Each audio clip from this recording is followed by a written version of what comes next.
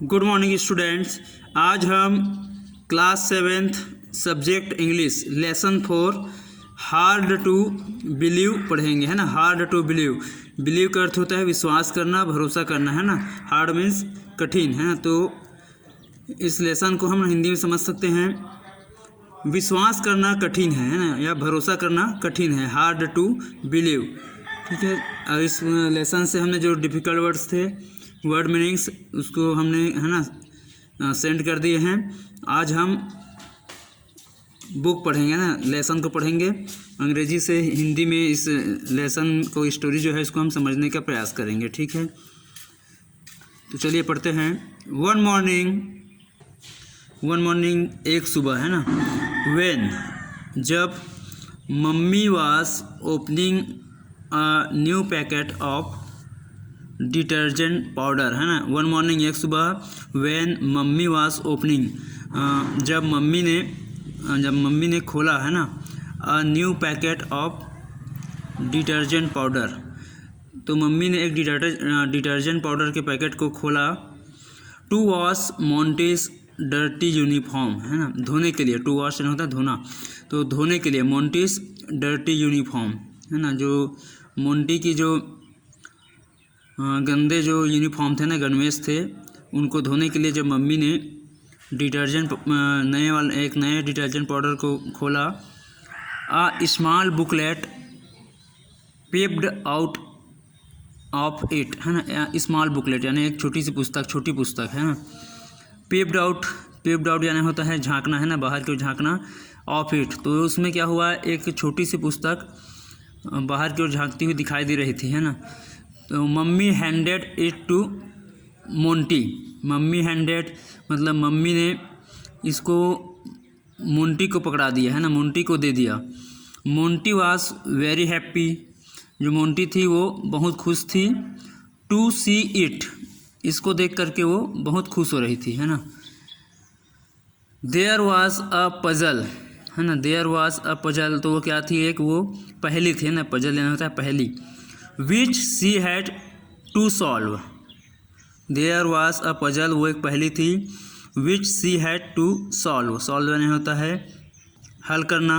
तो वो एक पहेली थी जिसको उसको हल करना था, मोंटी को, है ना।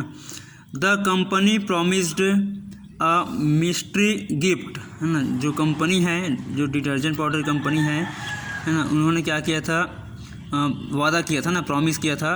अ मिस्ट्री गिफ्ट यानी एक रहस्यमयी उपहार देने का वादा किया था ना। For children who would win the contest, जो बच्चे इसको, जो कॉन्टेस्ट है, प्रतियोगिता है ना, जो पहले दिया गया है, उसको जीतेंगे, उसको एक रहस्यमयी उपहार दिया जाएगा, ये कंपनी ने वादा किया था।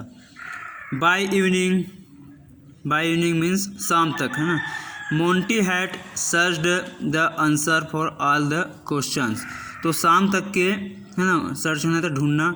तो मोंटी ने सभी जो आंसर थे, हैं, जो प्रश्न के जितने भी उत्तर थे, वो ढूंढ लिए थे।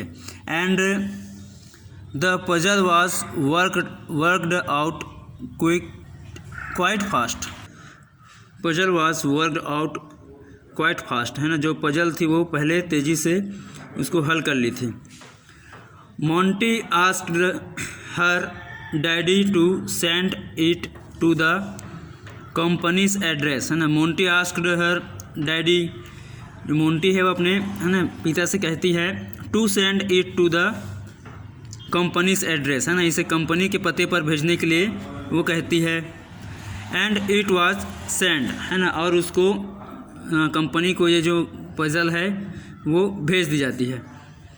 15 डेज लेटर मीन्स 15 दिनों के बाद मोंटी रिसीव्ड हर मिस्ट्री गिफ्ट, है ना। मोंटी को अपना रहस्यमय जो उपहार है वो प्राप्त हुआ। अ ब्यूटीफुल लिटिल बुक, है ना, एक सुंदर छोटी किताब, है ना, मोंटी को प्राप्त हुआ।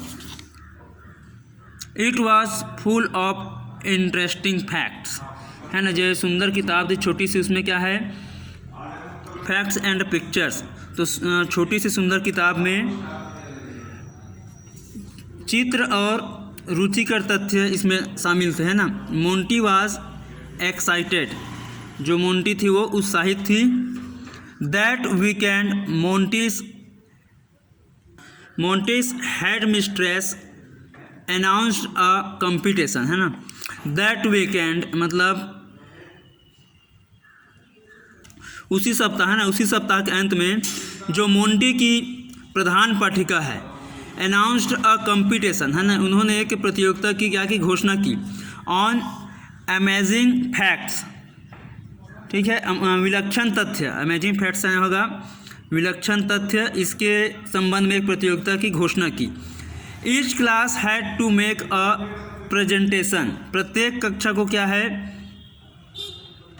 जो प्रेजेंटेशन है उसकी तैयारी करनी थी, है ना, प्रतियोगिता की।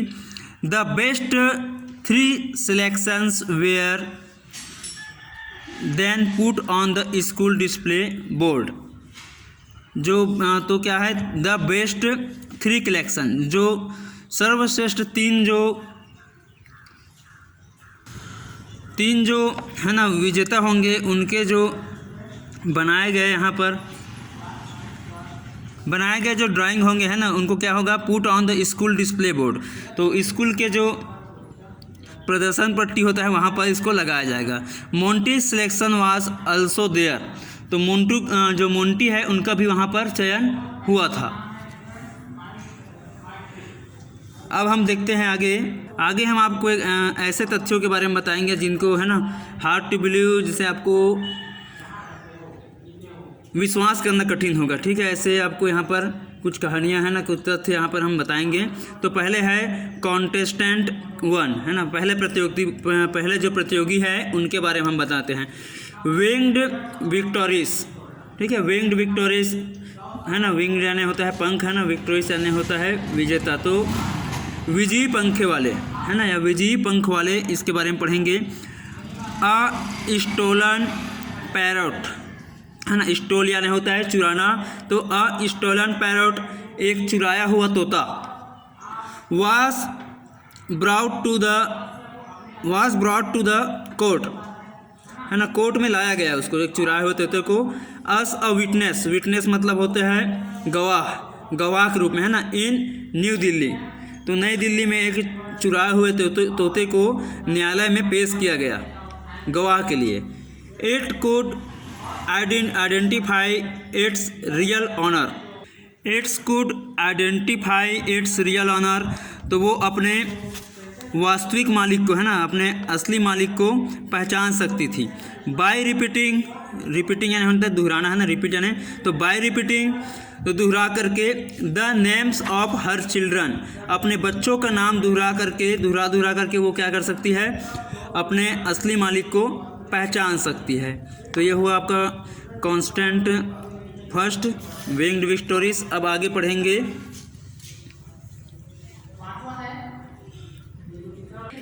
इन 1936, है ना, 1936 में a hen was trapped in a crate. A hen was trapped, तो जो एक तोता है,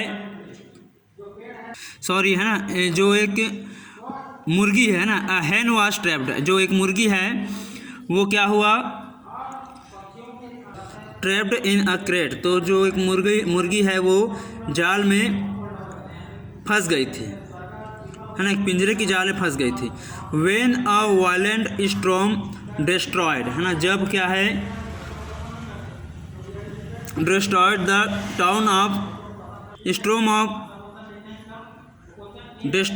टाउन ऑफ गैनेशविल, है ना, गैनेशविल कहाँ पर है, ये जॉर्जिया में, है ना, तो जॉर्जिया में गैनेशविल नामक तूफान ने क्या किया था, डिस्ट्रॉयड है, नष्ट कर दिया था, है ना, शहर को। तो उस समय जो मुर्गी है वो एक पिंजरे के जाल में फंस गई थी। 47 days लेटर, 47 दिनों के बाद, इट वाज रेस्क्यूड, 47 दिनों के बाद वह बचा ली गई। And it had survived by eating it's oven eggs, है ना, और वह अपने को बचाने के लिए, है ना, it had survived by eating it's on eggs. तो अपने आप को ज़िंदा रखने के लिए, बचाने के लिए वो स्वयं के जो अंडे हैं उसको खाना पड़ा था, है ना। वो अपने ही अंडे को खा करके वो 47 दिनों तक के जीवित रही थी। तो ठीक है डियर स्टूडेंट्स, आगे का लेसन हम नेक्स्ट वीडियो में पढ़ेंगे। Thank you.